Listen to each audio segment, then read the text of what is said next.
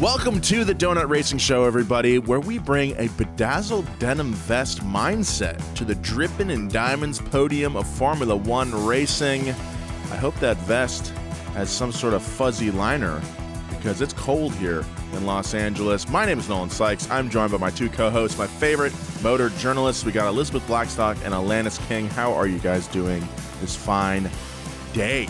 It's a lot warmer here in Texas than it is in Los Angeles. It probably is. It's nice and sunny outside. It like clear skies. We're doing well over here. That's great. We had a really big shoot on Thursday of last week out at Willow Springs Raceway, a famously hot and dry track. It snowed at the racetrack. It's cold.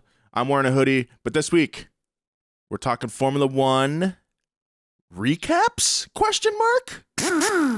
This week, we're going to talk about the newest season of Drive to Survive, and then we're going to talk about our predictions for the upcoming season based on preseason testing. That's right. Prestige Television, it's back. I love that they released just the week before race week. It's how I know that the season's about to start. We all binged it. Well, I had to go up to my family in San Luis Obispo and hang out with them. So in between, I stayed up late some nights watching this and got up early this morning to finish out the season. Also, dear listener, spoiler alert, we're going to talk about everything. But honestly, if you watched last year's season, 2022 racing season, that is, you know what happens. But if not, if this is your first time listening to the show, to DRS, well, prepare to be spoiled. Overall, what'd you guys think? I had a lot of thoughts about it. Yeah, I had a lot of thoughts too. I mean, I feel like maybe the appropriate way to do this is just go episode by episode and then do like a recap of how we feel at the end. Let's do it. Let's do it. Okay, so the first episode, I thought we started pretty well, right? We had Mattia Binotto and Gunther Steiner in their tiny little car, just like driving around, picking grapes, and going to a winery, and we started well. It was like a Pixar movie. Two ridiculous-looking men who look like cartoon characters. Mattia, as we'll see, becoming sort of like I'll say the protagonist of this season, in a way. We spent a lot of time with Mattia Binotto. My first note says, it's good that they let Mattia get a wine ad in before he had to quit his job. Because they went to, I think it was like Mattia's Winery or something like that. Yeah. Like, so happy for him. He got like a little advertisement in. And then I was so sad. He was talking to Gunther and he was like, this is a nice job, isn't it, Gunther? And I'm like, my guy, it is not your job anymore. That was horrifying foreshadowing, honestly. Like, they did him dirty with that one. Yeah, that was a rough watch. That was tough. Yeah, I mean, one of my favorite moments was a quote from Christian Horner when he said, the best way to become unpopular in this business is to start winning. That's a true sentiment, but That's also true. I thought it was like very annoying coming from Christian Horner. It doesn't help. No, and I think last season of the Donut Racing Show, I think I came in with a positive sentiment towards Christian Horner because I loved his British supervillain antics. But I think that this season has almost pushed it over the edge for me. This man is so smarmy, over the top. He loves the cameras. He loves the fact that he knows he's going to get a good edit on Drive to Survive because he is like one of the best characters on this show. He hams it up. Yeah. As we'll see in the next episode, in episode 2. I was wondering if he gets paid, like if he gets a commission for the amount of airtime he gets, or when he signs this Netflix contract, he's like, I need exactly this many minutes of the show. It just feels like the only way. I think that looking at Christian Horner's life overall, where he was first like a middling race car driver, goes into the management side of the sport, and then marries a Spice Girl. Like that's the arc of his life. I also did this. Like, why are you critiquing me? This is the arc of Christian Horner's life. I think that becoming a reality TV star is also something on his checklist that he wanted. Fair. And he's loving it. No, I completely agree. And I thought what was interesting was we start this episode with our little Pixar thing, and then we introduce Drive to Survive with some of the opinions on Drive to Survive from our different characters. And one of them is Toto Wolff, and he's like, this is more close to Top Gun than a documentary. And I'm like, I haven't seen Top Gun, but that seems like a little extreme. I don't know. It seems a little extreme. And then my favorite part was Max Verstappen, who has been notoriously loud about not liking how Drive to Survive portrays stuff and like not wanting to participate. This man sits in the chair and whoever is behind the camera says, "How do you feel about being in the chair?" And Max just kind of pauses and he looks around and he goes, "It's quite comfortable." That was such a good moment. It really was. And they meant like the chair for Drive to Survive. How do you feel about being here? And he talked about how comfortable the chair was. And I really don't think we give Max Verstappen enough credit for being funny. And they really did a great job showing it. Like, there were those kind of clips of everyone at the start of the season peeking into each other's cars. Yes. And they're peeking into the Red Bull. And Max, I think, says, like, that has to be Checo's because the ass is so big. The part of the first episode where all the people are giving their opinions, like, and it's very self-referential, yes, obviously, and kind of relies on you having watched previous seasons, yes, or knowing the driver. This many times in, they've done it like 3 times also. Like, the past couple seasons have started the same way. And honestly, I don't know if it really works for me anymore as a I don't know. It's just, it feels a little too self-referential, in my opinion. It was fun at first, and then they keep doing it. And now I'm like, well, okay, we all know, like, it's a reality show, and it's fine. But, like, you're kind of almost overdoing it now. Agreed. I actually enjoyed some of the self-referential stuff because it was funny in hindsight. Like, Daniel Ricciardo sits down and he's like, "I'm in a good place." And I'm like, "You're not, Daniel. You are getting fired. They're going to pay out your contract, but you are getting fired in like 9 months here." And it's just like, it's so sad. And Mattia saying he likes his job, and you're just like, no. That's called storytelling, you know? But, you know, we're having some fun. We're introducing the characters. And, you know, I honestly, given some of the things they left out the rest of the season, I was glad that they put in the Nikita Mazepin getting fired after the Russian invasion of Ukraine. Like, there were a lot of negative things that Drive to Survive either glossed over or completely did not mention this season. And they probably talked about this in decent detail because it wasn't Formula One's fault. It was someone else's fault. But they did talk about the Russian invasion of Ukraine, which ultimately led to the Haas Formula One team losing Uralkali, a Russian fertilizer company, as a sponsor, and thus losing the driver who Uralkali paid for and replacing him with Kevin Magnussen. And it was really interesting to watch Gunther Steiner. It certainly was. Yeah, he's just walking around and he's like, "No more Russians. I'm done with Russians until I go from this planet." And I'm like, yeah. that had me laughing pretty hard. As far as setup episodes go, I mean, pretty good. Like you said, if you're a big fan of the sport already and you know where these storylines go, like I said, that's storytelling, man. You know. Oh, for sure. It's dramatic irony. Oh, for sure. As you would learn. I thought it was really funny. We played into some of the memes about Drive to Survive, and I can't tell if it was on purpose or not. So a very common Will Buxton meme, and Will Buxton is one of the talking heads. A very common meme is that Will Buxton will say a sentence, and then he will basically say that sentence backwards. It's like, if you are driving the race car, you are racing the car. And it's like, wow, thank you so much, Will Buxton. Like, that was wild. Mm-hmm. And here we are in the first episode. And Will said, and I think this was the first episode. It's in my notes for the first episode. He says, "You want to start from the front because it means you will have 19 other drivers starting behind you." Yep. And I was like, yep. Are you trolling? Or like, do you just do this naturally? I really couldn't tell. This season in particular turns out to be pretty interesting in that way because it is very self-referential, making fun of itself, like saying, "Hey, we know what we're doing," but also it does seem like they've taken some feedback from the audience. Last season, if you remember, or if you don't, the last season of Drive to Survive, which focused on 2021, caught a lot of flack for misleading edits and things of the like, out of context quotes relating to unrelated events. And I think the Drive to Survive team, to their credit, did take that feedback and delivered, I think, a little bit more grounded season this time around.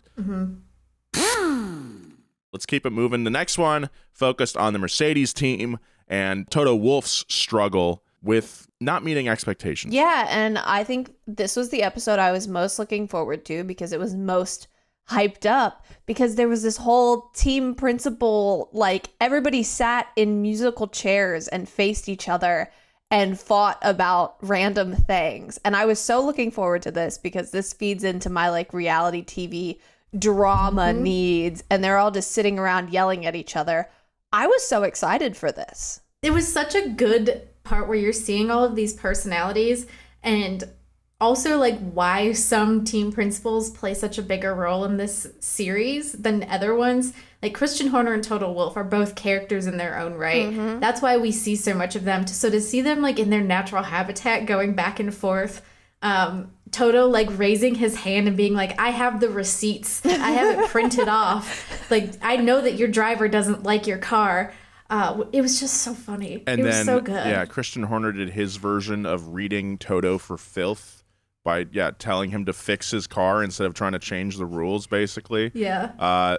Again, like I mentioned earlier, like that is Christian Horner seizing the opportunity of reality stardom. He knows what he's doing. He's hamming it up. His pointing out that there are cameras in the room. Yes. Like he was the one who was like, we shouldn't do this in front of the cameras. And you know he's actually like, let's keep doing it. Let's keep going. Yeah, exactly. No. He kind of girl boss and gate kept and gaslit Toto in that moment. But by making it seem like Toto was the one. What a little bastard that guy is. I was sick of him. Everyone was kind of going with Christian in this meeting, though. Everyone was pretty anti-Toto. Yeah. Well, I mean, you've got Mercedes dominating for like 8 years straight, and then all of a sudden it's like, actually, we're doing bad now. Now suddenly it's like, what do? We have to get everyone else to kind of change. Well, what I thought was really funny is you have a few people who are just like fighting each other head to head, just, let's go. And then you have some of the people who are just sitting around laughing. Like Yost Capito was in there. And what was his exact Williams' quote? team principal. Yes. He said, I'm just watching the drama because he doesn't have any investment in this. His car is last. It's so slow. It doesn't matter. He's just watching it play out. And it's like, this is just Housewives pretty much. And you have Gunther Steiner and Mattia Binotto. They're just laughing. And and Gunther's like, it's time to go porpoising. Oh, no. It was really funny, honestly. I enjoyed it a lot. It was I a did pretty too. good I think that was for one sure. of the highlights of the series. Like that was the stuff that I want to see when we have like when you're telling me there was going to be behind the scenes access. This is the stuff that I want to see afterward. Yes, exactly. I agree. I felt like this was one of the more genuine behind the scenes looks we got because we just got to kind of watch everyone be mad at each other. Now, it was kind of a weird setup because they were all just like sitting in like chairs looking at each other. And I don't know if Netflix was like, all right, boys, come on, we need you to have an argument. I think it was a typical like FIA. I mean, Stefano Domenicali was there like pre-race weekend. Get like, here's what we're doing, a briefing. I don't think they had to play it up that much. I don't know if it was that genuine because Christian Horner was hamming it up for the cameras so hard. But he does that all the time. Like he would do that and like in his own These backyard. cameras give him permission to be even worse. What do we to go full Christian Horner? I am going hard on Christian. I don't want to make it sound like I dislike Christian. I think he is like, obviously he's very experienced. I would love to hang out with him and learn from him. I'm just saying, in the context of this reality show, it's a lot. It's a little much. It's a little much. We don't need to hear Christian's opinion about everything, but we're gonna hear it. We absolutely are. My opinion on Christian Horner is that the look on his face, like the perpetual look on his face, he looks like you share an apartment complex with him and he just keeps stealing your packages and he's so thrilled about it. Like he just has this little like mischievous look on his face all the time. Like, he looks like he's getting away with something, and it's just so uncomfortable. But you know what? I respect it. Good for him. Yeah, pretty good little episode there. Let's move on to our next one. So episode 3 I thought was really fun because we focused on Ferrari, and in 2022 Ferrari was like our big laughable but also kind of sad story. And I think they were the big hope of, like, when we started out the season. I mean, always, yeah. But this season, it looked like they had the reliability and the speed that Red Bull didn't initially have. Yeah. So I didn't think they really talked about that enough in the episode, but it was fun to at least kind of get to know the drivers a little bit more, despite the fact that it was immensely crushing to watch both of their hopes and dreams die by the time we got to Miami. You know, I couldn't actually focus on how crushing it was because all I could focus on was I was trying to place what Carlos Sainz's cadence of speaking reminds me of, because he has this very unique cadence of speaking. It is like he's in Parks and Rec, and he is like his own character in Parks and Rec. My God. And he has to like stick to this. And I think that makes sense. Yeah. Yeah. The Ferrari drivers definitely come off very likable in this episode. That might have to do with the fact that their whole storyline for the Ferrari episode is Ferrari's failure. I think the editors did a really great job. The directors and editors, I think, did a great job kind of illustrating Ferrari's failing downward arc throughout the season. I think that came across very well. Something else that came across well. Do you guys remember last season when Miami, during the Miami race, the lead up to that was like just a lot of memes about the fake marina and stuff like that? Yes. Yes. I mean, that's kind of what the memes really overshadowed, I think, how cool Miami was, because I'm watching this episode and I'm like, dang, a race in Miami is actually really sick. And the track looked really cool. I didn't really realize how cool at the time. I think we even recorded an episode about Miami, and all we could talk about was the stupid marine fake boats and all that. So I want to issue my first public apology of the episode. I want to issue my first public apology to the Miami Grand Prix, because that actually was pretty sick. So thank you, DRS or DTS, for showing me that. We also get one of the best quotes of the season in this Ferrari episode, and that's Carlos Sainz saying, quote, "I'm Spanish, I'm going to go full Latino mode." That killed me. I loved it. That was certainly something. We're going to see some banners, I think. Full Latino mode. I love it. You know, no, my favorite quote from this episode was actually not from a Ferrari person. It was from our guy, Christian Horner. And he was talking about Ferrari, and he said it was gut-wrenching. The Ferrari storyline of last season was gut-wrenching. And he tried to pretend like he was so sad about it. And he was not. He wasn't. At all. You can like see the little glimmer in his eyes where he's like, hee. He's taking the piss, as the Brits would say, I think. Absolutely. Definitely taking the piss with that one. There were so many good like side-eye moments of this episode, especially like I am not a Caitlyn Jenner fan in the slightest. However, hearing her tell Christian Horner to his face on camera that the Ferraris are so good for Formula One might have been the funniest I've ever seen. Yeah, that was a pretty good moment. It was second only to the two children later in the series who Christian Horner's like, who's your favorite driver? And they're like, oh, we love Lewis. And he's like, what about Max and Checo? Oh, that and they're was like, so oh, funny. my granddad likes them. That was so funny. And just slam dunked. I was like, I had like a jump scare. I was very surprised when they're at Miami, basically around all of the cars, and the cars are, I guess, fired up. I can't exactly remember what was going on. And suddenly we just panned to Paris Hilton, and she's like, that's hot. And I was like, what? Where did she come from? It was just like, it's like continuing the Parks and Rec thing. It's just like, oh, there's Paris Hilton. Our girl Paris Hilton makes 2 appearances in this episode. And yeah, the "that's hot" line is in reference to a pit stop in which the Red Bull pit team in particular shows off their insanely fast pits. Incredible skills. Great episode, very star-studded episode. And also, if there's only one episode I think I would show somebody from this season, it'd probably be this one. Okay. Leading into they did a great job showing the heartbreak that Carlos Sainz had about his like first win, and the issues that took place at Silverstone, specifically regarding Ferrari. I mean, that's in my notes on my phone right here. Watching that back, I already knew what was going to happen, but still, it's just like, what the hell were they thinking in Britain? Yeah. So honestly, I feel that way about the English all the time. But seriously, hats off. Like, this is, I think, one of the better episodes of the season. It's not my favorite, but I think it is one of the better ones. So hats off to the Drive to Survive team for this episode, because it's really, really good. Let's move on to our next episode here. Episode 4, Like Father, Like Son. This one was rough. This one was really rough. I was actually excited going into this episode because we're starting to see the Gunther Steiner versus Mick Schumacher conflict, which felt pretty random last season. Like, we get toward the end of the season and we start to realize, oh, Haas is going to fire Mick Schumacher. And then we get these whispers. And it's not just that they're going to fire him, it's that there's so much animosity surrounding that firing. It was almost like it was personal. Yes, we get these whispers that Gunther just, like, apparently really is not a fan of Mick Schumacher, and we're trying to figure out what's going on. So once we start getting this insight into the Gunther and Mick relationship, I'm like, oh, this is going to be great. We're going to learn more about what happened. And then it kind of just ended up being very anti-Mick. Yeah.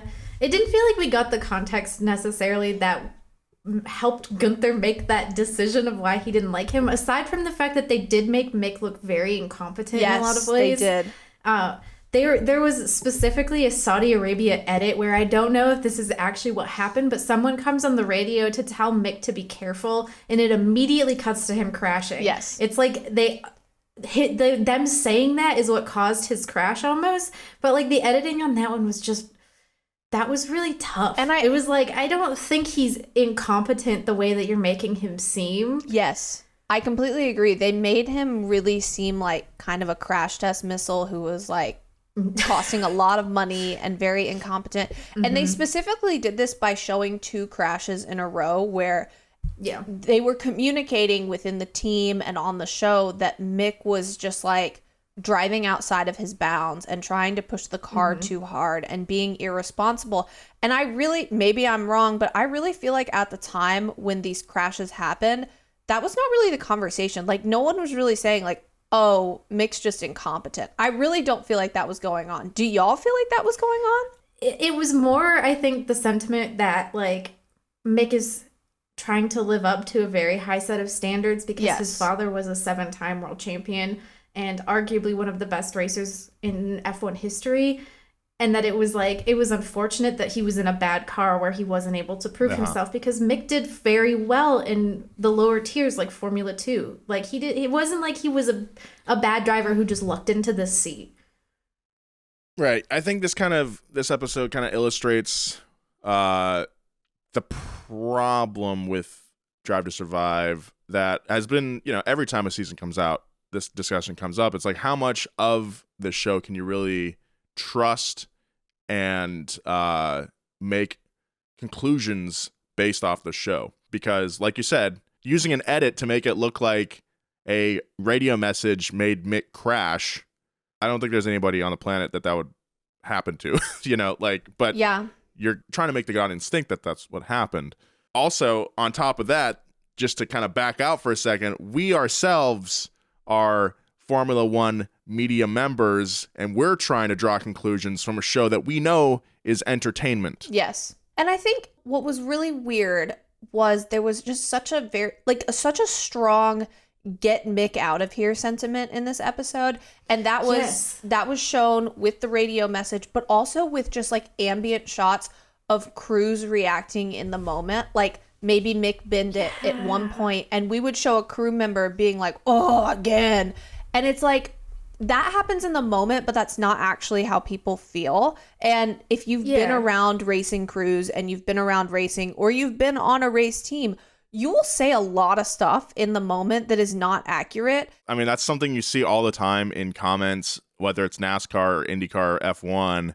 It's like people be like, oh, I don't like this driver. He's such a hothead behind the wheel. Like, he's so disrespectful. A guy like Noah Gragson or something. Yes. And you're like, you try having a conversation about a problem you're having at 200 miles an hour. Like, you're not going to come across as friendly, most likely. just like adding to the anti-Mick sentiment, it was really weird that we didn't get much of Mick's story. You know, I believe when Mick was younger, he raced under his mother's name because he didn't want to be compared to his father. We didn't learn about that. We also didn't learn anything about Mick not only being under Sebastian Vettel's wing, we got like 2 seconds of that, but also the fact that Mick was one of the drivers on the grid who was wearing protest t-shirts, who was like campaigning for like pride shirts and all kinds of stuff like that. Like he was actually showing a lot of support for communities. And I felt like that kind of got ignored in the public eye, but it also got ignored on Drive to Survive, which was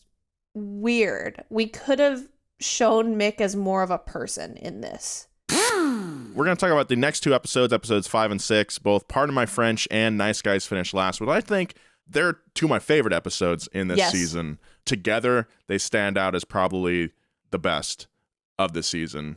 So episode 5 and 6 are kind of like part 1 and part 2 because they focus on multiple teams. So we start out with Alpine in episode 5, and then we transition into the Alpine McLaren drama of last year. And basically what that drama was Alpine announced that Oscar Piastri, a junior driver, was coming up to drive for them in Formula One. Oscar Piastri goes, I'm not driving for Alpine in Formula One. Talk to you all later. And then later we find out that Oscar is going to McLaren.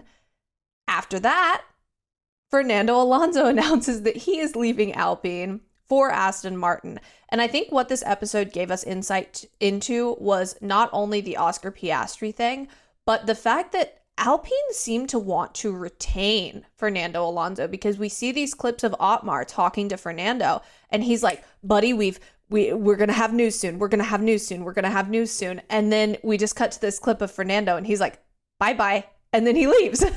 So that's what these 2 episodes are covering. And they kind of just blend together because it's multiple teams. What Drive to Survive did not do for Mick Schumacher, they did for Otmar Snafnauer, like times 10. Yeah. We got the best Netflix profile of like your friend's dad that's ever been put on TV. This man wears vests. He drinks beetroot juice. He has a doodle dog named Bear. Like this man is your friendly neighbor. Yes. Who has a big model train in his garage, and he is also a Formula One team principal. I did not expect that we would get such a deep dive on Otmar Schaffnauer, but I'm glad we did. There was a lot that I thought was missing from this season when you compared it to previous seasons, and those deep dives into the characters themselves were one of those. But we got so much with Otmar that it was, like, for me, that was the highlight of the season, was getting to learn about this, like, nice little gentleman who's practicing his French in his car and who irons his own team kit and all of it. Like, it was just super, super cute. And I was like, okay, like, in the past, I guess I never had a reason to think about him as a character, but because of the situation with Oscar Piastri and Alpine and McLaren, that whole fiasco, it kind of called for it. And it was, I think we got to learn about who he was and why he seemed to almost take that personally, that Oscar Piastri left and that Fernando Alonso also left. Yeah. Ouch. The next episode also deals with Daniel Ricciardo leaving McLaren, or being ousted at McLaren for Oscar Piastri, who Alpine originally had that agreement with. But like, you can tell the frustration, like you said, Liz, like he does take it personally that Oscar is leaving Alpine, but that's also because that it's like repeating, you know, when Alpine was called Renault, they had Daniel Ricciardo, who they built their entire program around, and then he leaves. Alpine is now building a program around Oscar Piastri and Esteban Ocon, and then Piastri leaves. So must be very frustrating for the world's biggest fan of tufted vests. So I don't know. These episodes are awesome. I thought the most interesting part was like the silly season chaos that we got to see really laid out in full here, where it's covering McLaren, Alpine, and Aston Martin. So you've got all of these moving parts that are coming together that it takes 2 episodes to get through. well, why did this seat open up at McLaren that would enable Oscar Piastri to get there? Now what are we doing over here? Like, why can we have Gasly go to Alpine? Like, it was fascinating to see that uncovered, and it felt like the way that the editing was done created a really great story, and the storytelling of this was part of what I think Drive to Survive should be doing a lot more of, was that we get to see all of these things laid out. We get to follow the storylines. I don't know. It was interesting. Yes. I think that, like, the storytelling on this show, I think really highlights the difficulty of making a show like this as well. Because, like, you got to have your cameras in the right place at the right time. You gotta, the teams have to allow you access to get that footage at the right place at the right time. So as a result, you get episodes like the Mick episode where it feels a little like, as an audience member or fan of Mick, it feels a little unfair. But then you'll switch gears into this 5 and 6 where it does feel like a very cohesive story. And I think that just like, again, I wouldn't want to have to be the one directing or editing this show because it must be hard as hell. Yeah, I think my main note, aside from Otmar's personality in this episode, I actually had a question. And Otmar's personality, my notes are, I thought it was so funny that this man was doing windmills with his arms as he was walking into the garage. Like, as if he's going to do anything with his arms as the team principal. I thought that was changing the tires. Like, maybe. Like, he needs to step in and, like, help. I don't know. I thought that was so funny. And then in the midst of this, like, really intense Alpine McLaren drama, they put this man on the screen and he goes, as Yogi Bear says, it ain't over till it's over. And I was like, what? Yogi Berra, Again. the baseball player. Yeah. And then one thing I found to be a little bit confusing was, I thought it was so cool that we got this McLaren Alpine insight during this episode. But also, were those crews there? Were those film crews really there at the exact time that this drama starts unfolding? Like, Alpine posts the tweet and the Netflix crew happens to be with Zach Brown. Like, So here's what I think, and I'm going actually to ask the production company to confirm this, because in the past, when like Christian Horner calls Checo to re-sign him, that was something that Christian Horner came to them and was like, I want to do this on camera. I want to do this on the show. I want to do Make me a star. Well, he was like, I want to do it in the chair. So he does it in the chair. And I think that was kind of what they had going in this situation where, like, they knew when Daniel Ricciardo was going to be retiring so they could be able to get camera crews in and watch that happen. And I think, like, these things are all going on behind the scenes. I'm sure that they're being reached out to, like, the crews for the teams to say, hey, this big thing is happening. Let's get this on camera. If only in a way to, like, help control what they're putting out into the world. the timing seemed too good. So yeah, episode 6 deals with more of the McLaren side of the Oscar Piastri kind of debacle, we'll say. Real quick, after coming away from these 2 episodes, I still, at the time, it looked like Alpine like really bungled and fumbled the bag super hard, and like they looked like idiots at the time, I'd say, especially with their tweet about announcing Oscar and all that. But now in retrospect of these episodes, maybe it's a result of like a favorable edit on Otmar Schaffenauer's part, but like I'm not so sure anymore, especially with like him saying so much stuff about building a program around Oscar Piastri. I think he specifically said we spent $4 million on him. They bring that out a couple times. Yep. Yeah. I'm not so sure anymore. I wonder if they tried to orchestrate it in a way that would make Alpine look stupid, because later on in a meeting between Otmar and Zach Brown, CEO of McLaren, Zach Brown's like, this would look really bad for you to bring a lawsuit against Oscar Piastri. How about you think about that? I feel like that's showing the hand a little too much. Yeah. Like that's true that it would look bad, but also it's like you had that right in your pocket right at that time. I'm not so sure. So Alpine did fumble the bag, but also maybe I was a little too hard. So a second apology to Alpine. maybe I was Ouch. too hard on you in a previous episode of the show for The dropping Nolan apology tour. well, I've got a couple more. Oh, damn. Damn. We're still going. Yeah, so great episodes. Very sad to see Daniel also leave the team, which brings me to my third apology as we close out these 2 episodes here. No. I think in the last season of DRS last year, I was pretty hard on Daniel. There's a lot of times where I said, hey, Daniel's kind of losing his touch a little bit. I want to publicly apologize to you, Daniel Ricciardo. I'm sorry I said that because it kind of, especially with preseason testing, as we might get to at the end of this episode and how slow the McLaren is, I think I was too hard on you, and I'm sorry. Yeah, I think some of my other just very quick takeaways from this episode were I liked that Fernando decided to own being the bad guy. Like Fernando Alonso was like, I'm the villain. Bye-bye. I'm the bad guy. I thought that was actually really endearing, and Christian Horner could probably learn from that. Like if Christian Horner was just like, I'm the bad guy, I think we would like him a lot better because it's just like, oh, self-awareness. Good job. Daniel Ricciardo, I think he kept his spirit with his FEA writing on the little... The slate. The slate, yeah. And we can't really use those words on here, but yeah. Frick 'em all. Yeah, frick 'em all.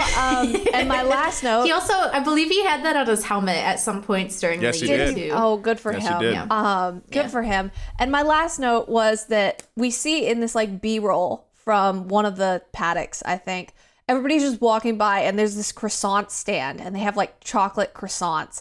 And they keep offering them to people. And all the drivers are like, no, I can't eat carbs. No. And then Yuki Tsunoda walks by and they go, do you want a chocolate croissant? And he's like, yeah. Hell yeah, brother. And he just takes the chocolate croissant and goes. He's the only one who does. And I really respect that. Thank you so much, Yuki. The next episode, Hot Seat, which deals with Checo Perez and Monaco. This one was intense, Nolan. And there was a lot that they didn't include that was also intense. But just like the whole vibe was really intense. So this was Monaco, and we're focusing on Red Bull, and it was weird, honestly. I'll let Elizabeth talk about the Checo PR machine first. Yeah, so this was what stuck out to me most about this episode, and this moment actually completely reframed the way that I watched the season. Yes. And then when I went back and watched it again, I was watching through this lens. So as they've got Sergio Perez in the hot seat for his interviews with the Drive to Survive crew, all of a sudden he starts talking like, my family is everything. I love my wife. It's so sad that I don't get to see my kids. And here's a photo of my kids on my phone. And I was like, they don't really do this with any other driver. Mm-hmm. They do mention Kevin Magnussen and his family in the and first his adorable episode. baby that they throw into the water. Swim, baby, go. It's awesome. And I loved that because there was a narrative purpose there to show that Kevin Magnussen has evolved and changed. Since he was last on the grid, yes. Mm-hmm. There was no narrative purpose for this random aside of Checo talking about how much he loves his family, and no reason for us to see photos and video of his wedding, except if you recall at the Brazilian Grand Prix, there was a little bit of a Red Bull fiasco that happened where Max Verstappen was asked to let Checo by because they were competing for a podium. Yeah, Verstappen already had the championship. Checo still needed to secure that second place in the championship. Red Bull already has all of the points they need. Max was just asked, hey, let's let Checo get some points. Well, he didn't do it. Obviously, both drivers were mad. But the thing that happened afterward was that Max Verstappen's mom got on Instagram and was accusing Checo of sleeping around and having an affair on his wife. And there were photos of Checo with a different person who was not his wife. All of a sudden, those two things clicked in my head, and I was like, hold on a second. You're telling me that we just need to have this Checo Perez aside to talk about how much he loves his family, when one of the bigger dramas that we don't touch on in Drive to Survive is the fact that Max's mom said that he cheated on his wife. Yeah. Interesting. That was rough. Interesting. And we specifically have the quote from Checo that's like, my family is everything, Yeah. I think it's not it's safe to assume that with a lot of drivers like Max Verstappen, the world champion, kind of closing off access to Netflix, that DTS is kind of afraid of losing more access. Yes, definitely. So obviously, yeah, not going to touch that drama with the 10-foot pole. I don't think the missile attack at the Saudi Grand Prix gets covered at all. That seems like a pretty big thing. I would like to hear some driver opinions on missiles falling close to the track. That would be very interesting. Especially because they had that huge driver meeting about the safety. Yes. Like, that was fascinating. We haven't seen something like that since, like, the 80s. Yeah, that was a huge moment of last season. And it didn't even happen in Drive to Survive. It's not a stretch to assume that Netflix wants to secure as much access as they can by kind of appeasing and ignoring these dramas. I also felt very validated by this episode, as uncomfortable as it was to watch, like all the way through. I felt very validated because you'll recall, like 3 weeks ago, I said that Red Bull hired Daniel Ricciardo as a threat against Checo because Checo is like kind of getting mad at Max for not helping him when it doesn't even matter. And y'all were like, conspiracy corner. Not a conspiracy at all, because if you watched episode 7 of Drive to Survive, Christian Horner says at one point, if he's not delivering the results about Checo, we'll see what we're going to have to do about that. Yeah, he says this at one point. And then at another point, Christian Horner gets asked if Checo is happy. And he said, he knows his job. Okay? Yeah. And then Christian goes off and hires Daniel Ricciardo. It is very obvious in this episode that Daniel Ricciardo is a threat. And that is all he is. I think you're totally on the money. But also it's like Checo is, I mean, yeah, he had some bad races last year, but also he was in contention for second place. I don't know how much more you want him to deliver. I also thought they over-exaggerated his bad races. I thought they really over-exaggerated that. There was some bad races. I mean, there were some bad ones, but they focused on those a lot. Mm-hmm. It was one of those very uncomfortable episodes, I think. Like, there were a couple of them, including the next one that we'll talk about, that I was just like, did it really, like, is that the way that it happened? Okay, but let's get to the next one, because I thought the next one had many redeeming qualities. Yes. Big thank you to our sponsor this week, DoorDash. Burnt your last piece of toast? Avocado's gone bad? Or is the hot sauce bottle empty? Oh no! Try grocery delivery from DoorDash. You'll get everything you want delivered when you need it, right to your door. You've trusted DoorDash to deliver your restaurant favorites, and now you can get grocery delivery that actually delivers too. With thousands of grocery stores to choose from, you'll find the best in your neighborhood and boost your local economy with each and every order. You'll get exactly what you ordered, or we'll make it right. So sit back and enjoy quality groceries, just like you picked them yourself. I get home from work sometimes and say, I don't want to get in the car again. I'm not driving to a restaurant.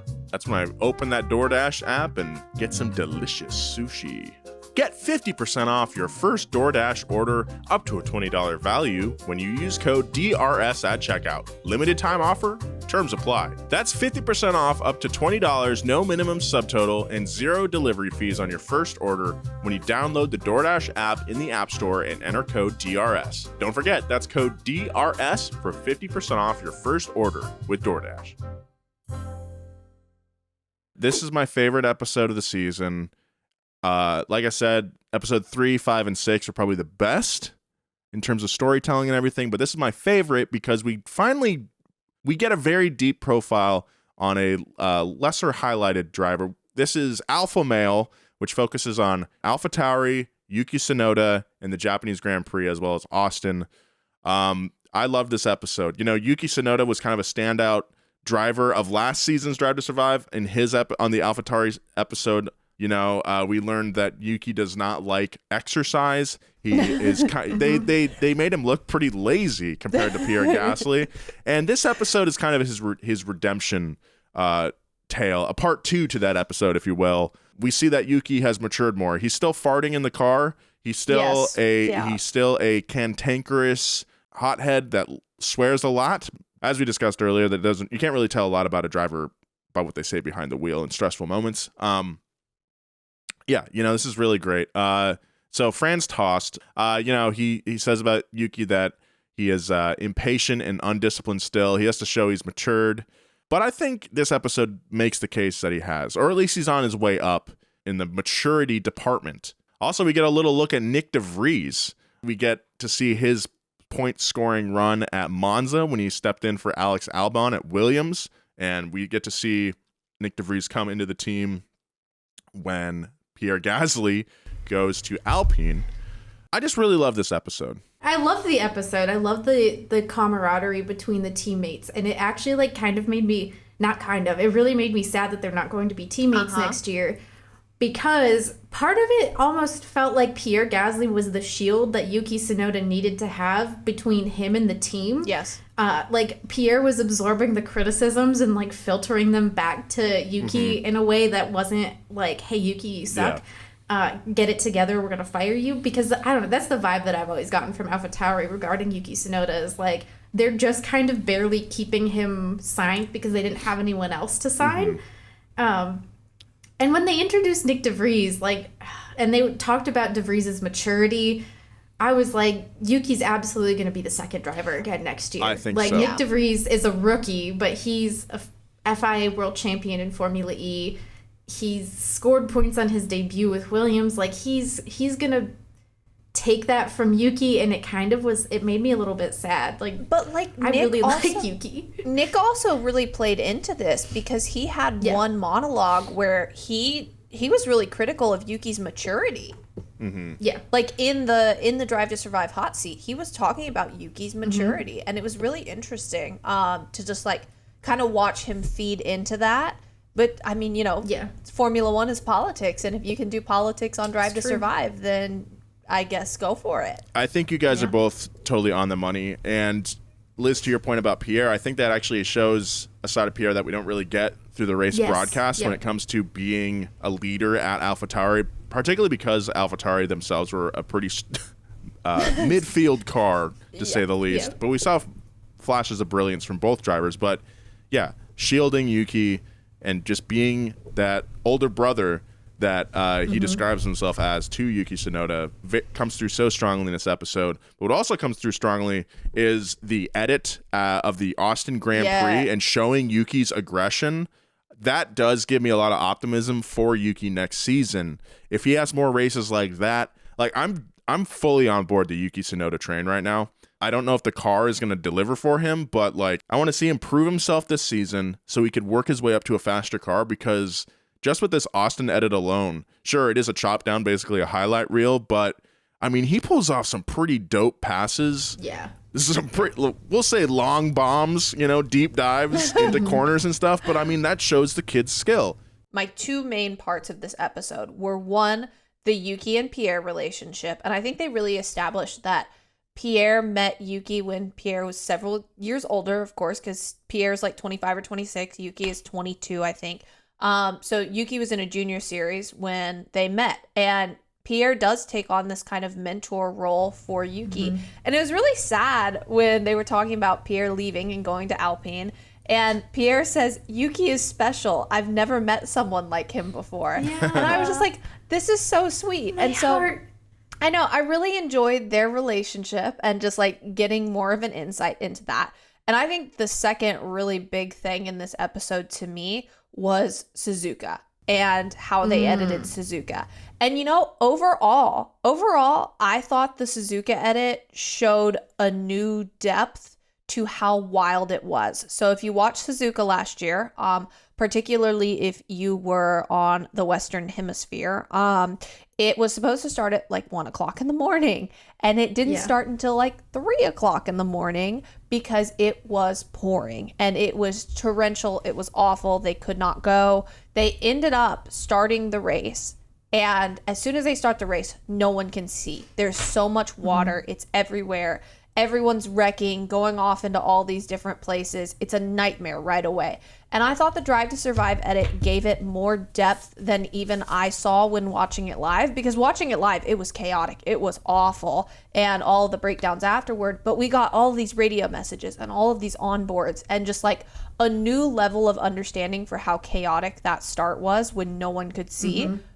But the glaring thing, this was a very good recap of what happened And then they ruined it by leaving out probably the most important thing that happened the whole time, which was Pierre Gasly is going around the track and he sees a tractor on the track.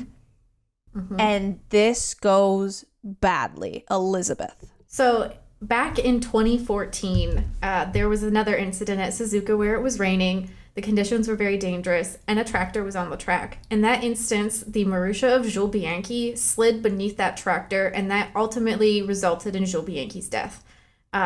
Jules Bianchi was great friends with Pierre Gasly. Obviously, Pierre Gasly was irate when he saw this tractor on the track. He took it back. He got in trouble. The FIA kind of slapped him on the wrist. He was admittedly driving very fast, probably faster than the conditions should have allowed. However, the fact that there was a tractor on the track, on the racing line, was an issue. And it was the FIA's fault.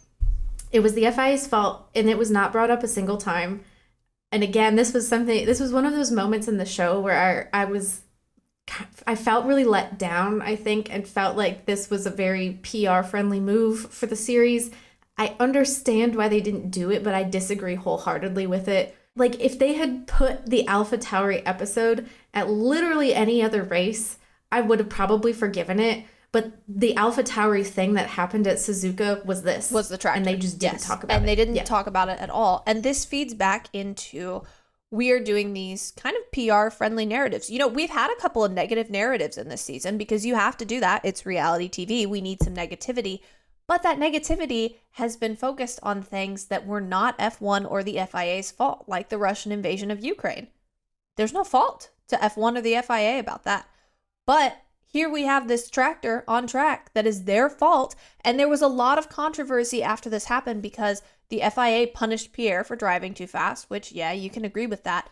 But they did that in retaliation to Pierre saying stuff about the tractor and bringing up Jules and his death. Yeah. Like, this was in retaliation. And it was a horrible look, and Drive to Survive did not mention it once. Wild. That put such a sour taste in my mouth. Like, I'm still actively mad about it. Yep, I agree. And it's really unfortunate, because I don't think that should have been the case. Episode number 9, Over the Limit, which focused again on Christian Horner, Red Bull, and spending caps. Oh, man. I had a little game with myself where I just tried to figure out how many times Christian Horner said catering. I ultimately lost count. So if you don't know about Red Bull's spending, Red Bull was found to have broken the cost cap in 2021. And this came out late last year. And this comes out, and Red Bull's defense was that they spent too much money on catering, and so ultimately it didn't affect the performance of the car. But in this episode, you have the very logical counter argument, which everything is a counter argument with this. You went over you broke the rule. Like, that's it. Like, you brought a freaking Corvette to a Miata race. Like, you broke the rule ultimately. Don't you think Mercedes also would have liked to spend a lot of money to host guests? They probably would have. And don't you think that spending money on good food, I mean, I know that would affect my performance too. Well, and it also, as a sponsor, it would affect my goodwill toward the team. Yes. And so ultimately the argument is, so what? We went over the budget cap by like a few $100,000. It was on catering. But everyone else makes the argument that your few $100,000 that you went over on catering went to the car because you went over. Like, it doesn't matter where it came from. The entire budget is over. Therefore, you still ultimately spent more money on the car. Exactly. You ultimately spent more money. And so that is what this episode is about. And Christian Horner just keeps saying catering, catering, catering, catering, catering the whole episode. I don't know. This one, I watched it twice and I hated it both times. I think just because the whole like drama fiasco of this was so annoying. Like, it was one of those really petty dramas that, like, having to hear Christian Horner talking about like how it's so bad that you're bringing up the fact that we cheated, because actually we didn't cheat, because you have to mean to cheat. It was awful. And also you're impacting our mental health. Specifically, that comment was targeted toward Zach Brown. So they did this letter. It basically said Red Bull cheated. And Zach Brown was kind of the ringleader on this letter. And Christian Horner says Zach Brown's letter was a mental health threat to his team. And I'm like, this again, this just goes back to like people who went to therapy once and learned the terms and now they just use them incorrectly about everything. And it's just no, like Christian Horner's over here like, you're gaslighting me. You're like, you don't even know what that means. You don't even know. You're gaslighting us, Christian. Like, you don't even know what that means. It was rough. Where would you put this? Where would you rank this episode in the 10 of this season? I think it's got to be the worst for me. It might be the second or third worst for me. I was really struggling with the Mick Schumacher portrayal. Mm-hmm. And I was also really struggling with the goodbyes in the final episode, which we'll get to. So this is probably second or third for me. Yeah. There were redeeming moments for me, at least in the last episode, and like really funny quotes and things that I enjoyed about that one. And the Mick one, okay, yeah, I can hear. I think this is probably then tied for last with the Mick one. Yes. Just because like part of it is like I just don't care. This was one of those things where it was like the drama of it was obviously manufactured even in the media and the way that the teams were talking about these things.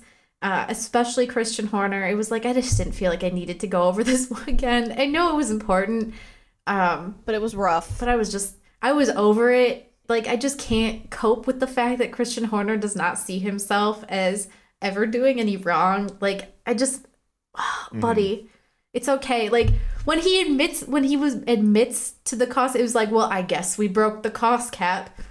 You guess? No, you did. Like you're in trouble. You got fined for it. You did it. You know what I thought was really weird was like we told the story of the cost cap through Christian Horner's lens, which is admittedly hilarious. But what was really weird was he kept framing it as we filled something in wrong. It wasn't about the car. It was this and this and this. Yeah. It was a miscalculation. We filled in the sheet wrong. And it's like, there were literally teams who filled out their sheets wrong. Yeah. And they got in trouble for it, but it was an actual legitimate error. You spent your money. Filling out the sheet wrong is like putting extra devices on the car. Like you filled out the car wrong. You know, you filled out the sheet wrong. Like at the end of the day, you still did it wrong. I just don't think this episode super interesting. So I think we should move on to the final episode of Drive to Survive Season 5, End of the Road, which focused on Abu Dhabi and I think opened with George Russell describing his hotel room, saying he has 4 single beds in it. I laughed out loud. Yeah, that was a very really unintentionally funny. Maybe it was intentionally funny from George. I feel like over the course of watching this, I get the sense that George, he cracks jokes here and there. But he can be legitimately funny. Last season, I kind of thought he was kind of just like a posh whatever dude, but now I actually do kind of like him. I do like him. I really liked George his Russell. portrayal in this season. Yeah. I thought he reminded me a lot of like a kind of like mid-50s, like middle-aged older man. That's how he dresses, for some reason, though. Like that's how he dresses, but that's also like his sense of humor. Like when he sits down in the first episode or in the second episode and someone has provided him with breakfast, he's like, "Oh, me and all my friends." Because he's sitting by himself. That's like funny. That's a dad joke. Yeah. That was. I liked him. Well, also, I mean, going back to episode 2, a theme through that episode is George Russell kind of being overshadowed by the GOAT that is Lewis Hamilton. Like there's that moment at the autograph table where he's like, "Oh, everyone's waiting for Lewis to get here." Oh, that was so sad. It was funny. I think he like, I do think that George Russell is self-aware. Anyway, getting back to the final episode here.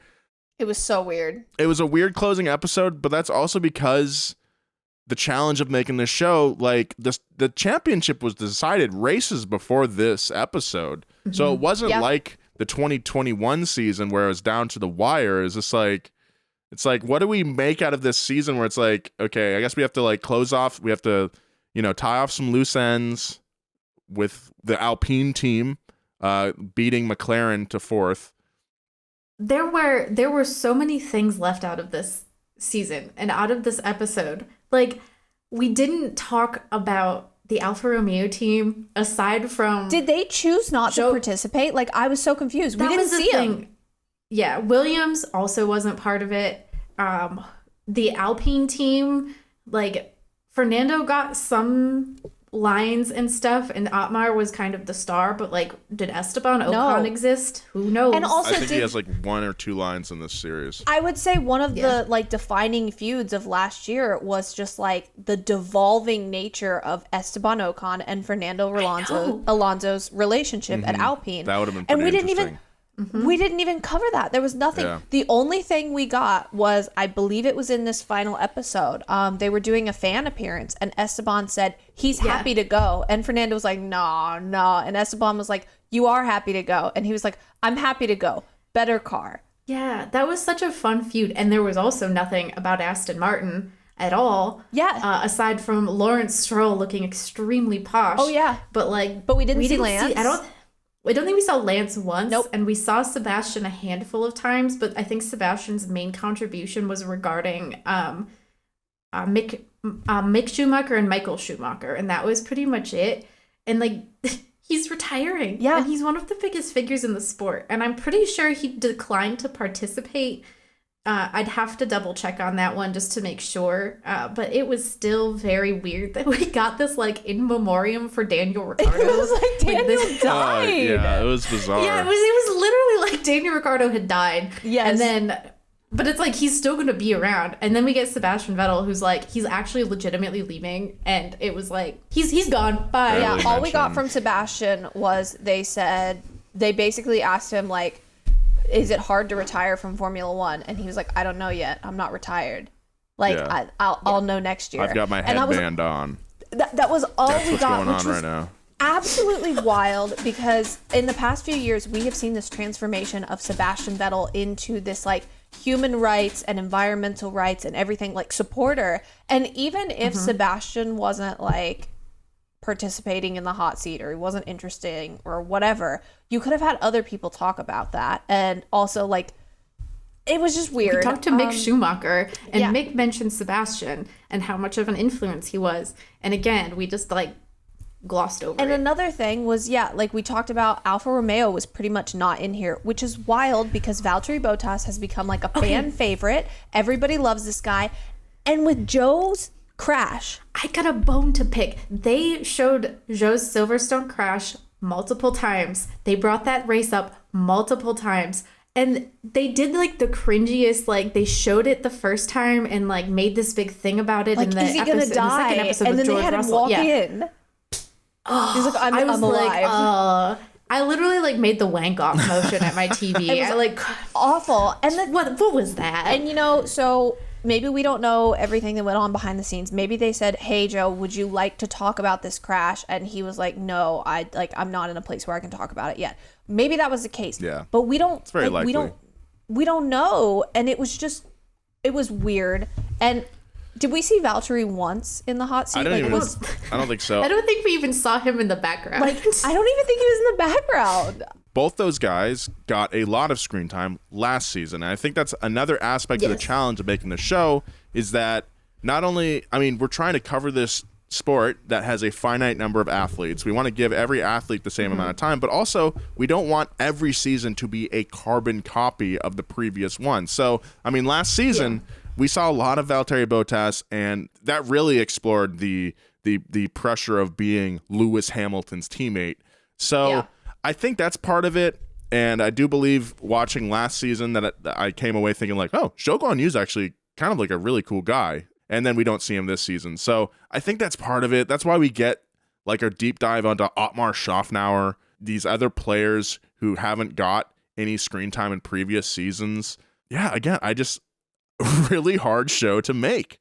They need to have a minimum runtime for each person. And they need to place that runtime strategically before they start building out the narrative for this and go, okay, we're going to have at least 2 minutes of each person, and we can strategically put them here, here, here, and here based on our narratives per episode, and then build out the rest of the episode after that. Because it is really, really weird. I get that like you have to give other people airtime, but it's really weird when you have Sebastian Vettel's final season and we have more airtime of Mick Schumacher talking about Sebastian Vettel than Sebastian Vettel himself. Yeah, that is a strange omission for sure. Yeah. That was weird. And then we get this whole montage of Danny, just like Danny over the years in like this filter. And it was just like, he's going to Red Bull. Like he will literally be replacing Checo in 6 races because Christian Horner gets mad. Like he will be on the grid. It'll be fine. It was weird. Just a weird kind of strange closing episode. It really underscored stuff we didn't get to see this season. Like, I would say one of the wildest things that happened and one of the most exciting things that happened this season was Kevin Magnussen getting a pole in a Haas car. And Haas, you'll remember the trajectory of Haas. Haas enters the series in 2016. Everybody's like, this is the American hope. We've got this, even though they don't have any American drivers. Woo. They do okay for a couple of seasons. And then they have this like career best, like best of the rest. It was 5th, I believe, in 2018. Like wild. Haas is the next best of the rest, right? And then they just tank for a couple of years, barely score any points. Nothing's going on. This is the resurgence of Haas, and we got nothing about it. Not a single thing. And we talked about Kevin Magnussen too. Like it wasn't like they didn't talk about him. It was like he had a triumphant return, and we covered the beginning of that, but not the end.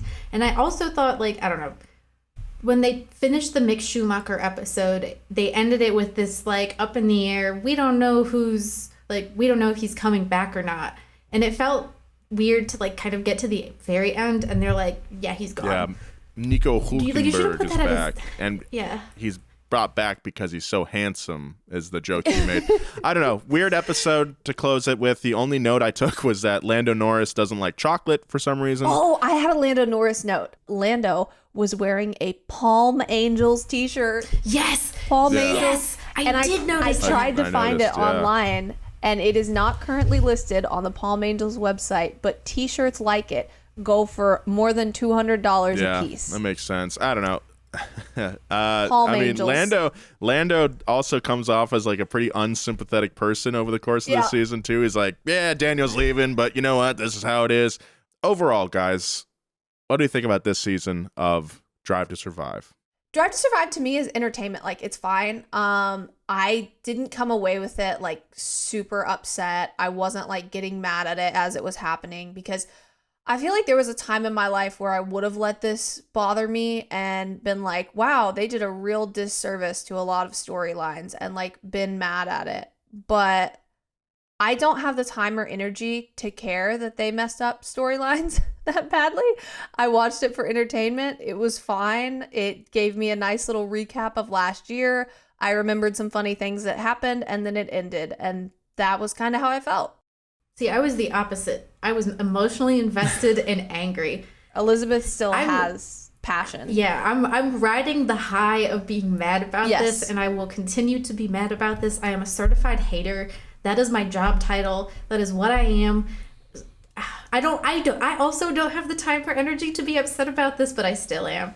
I think as a writer, like, the thing that bothered me was those storyline issues. Like, I understand that there are going to be certain things you aren't supposed to talk about because you're supposed to be promotional material for Formula One. I understand that there are things that you just don't want to talk about, or that are too challenging, but it also felt there was a lot of disingenuous framing that happened this season that, just from the perspective of a writer, like, I wouldn't be happy with that outcome. I wouldn't be happy with the way I told the story.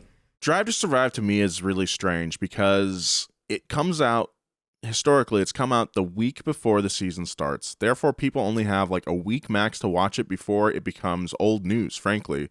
So for me, it's, when it first started, it's like, oh, that's one of my favorite shows. And now it's kind of just like, I still enjoy watching it. I'll watch it probably every time they put a season out, but it's like a thing that happens over the course of a weekend before the season starts for me. Yes. You know, it's like less of a show and more of just like an event, I guess, I have to participate in because this is what everyone's gonna be talking about for the next 3 days or so, and I have to discuss it or whatever, and then the season starts and I kind of forget about it. It will be very interesting when the show eventually does end, to go back and watch it maybe 10, 20 years from now and see how it works as a time capsule of these seasons rather than just a discussion event of social media. I think that has a lot of value. Like, even though they get stuff like wrong in portrayal and they leave stuff out, I always go back to the fact that when Elizabeth and I wrote Racing with Energy,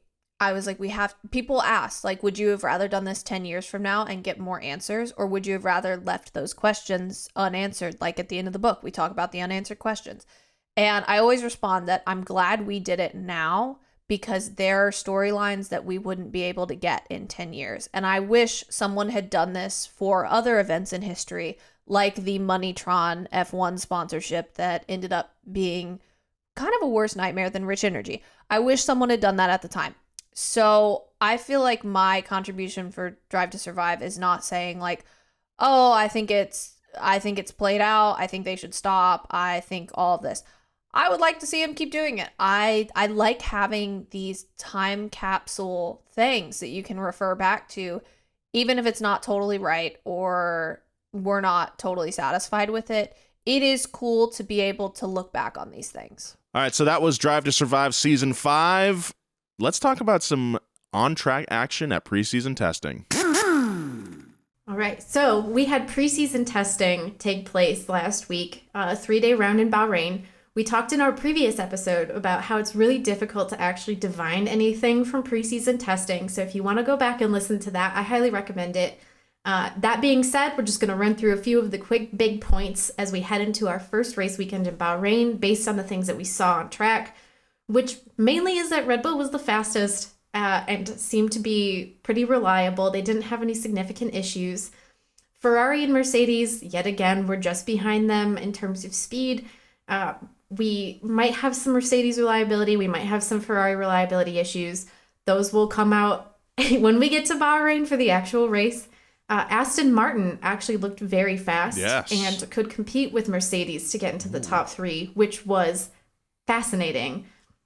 And it looks like we're set to have an incredible midfield battle. Oh, yeah. Haas was really reliable, didn't have any significant issues, and they have 2 very reliable drivers. Alpine did not look perfect, but the insiders at the team seemed really, really happy. And Alfa Romeo was a lot faster than we were expecting, with Zhou Guanyu fastest on day 2. That's exciting if we can actually see those teams competing with each other and with the top teams. I'm so excited for Alpha to do well this year. And then we don't mention it once on Drive to Survive next year. Williams has improved its reliability pretty significantly.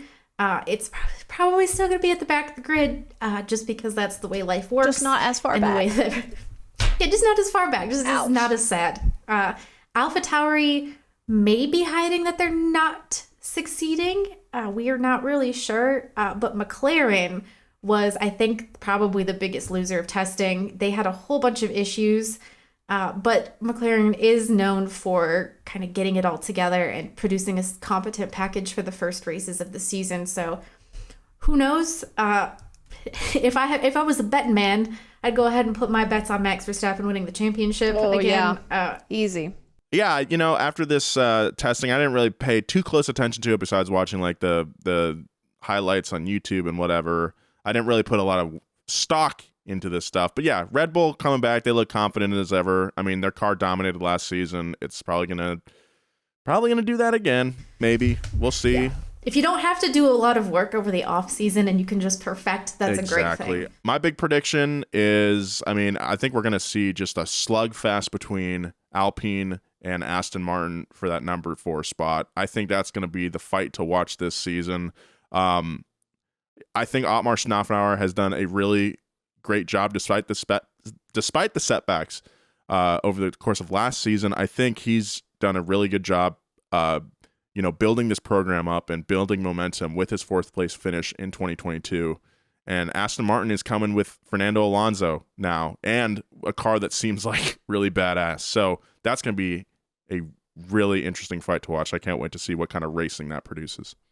The wildest thing to me about Formula One, and I have said this before, is that everyone settles into a role so quickly. and they settle into a pattern so quickly. And we're already seeing this from preseason testing. It's absurd. Red Bull's like, yeah, we're great. We are awesome. We are so fast. And Mercedes is like, yep, no, not this year. Again, it's bad.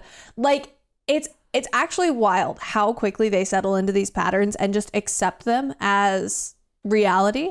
Like Mattia Binotto. I honestly believe that the public conversation around him and the fact that Ferrari settled into its role as the complete screw up last year, I think that is one of the main reasons that Mattia Binotto was kind of forced to leave that role, because everyone just settles into their thing and just does that for the rest of the year. No one believes in personal growth throughout a Formula One season. Like, everybody's just like, all right, this is where we're at. Better luck next year. It's absurd, honestly. I am toxic and I refuse to grow. But like, am I right? Am I right? Like, you are correct. We've already settled into the patterns. We know what's going to happen.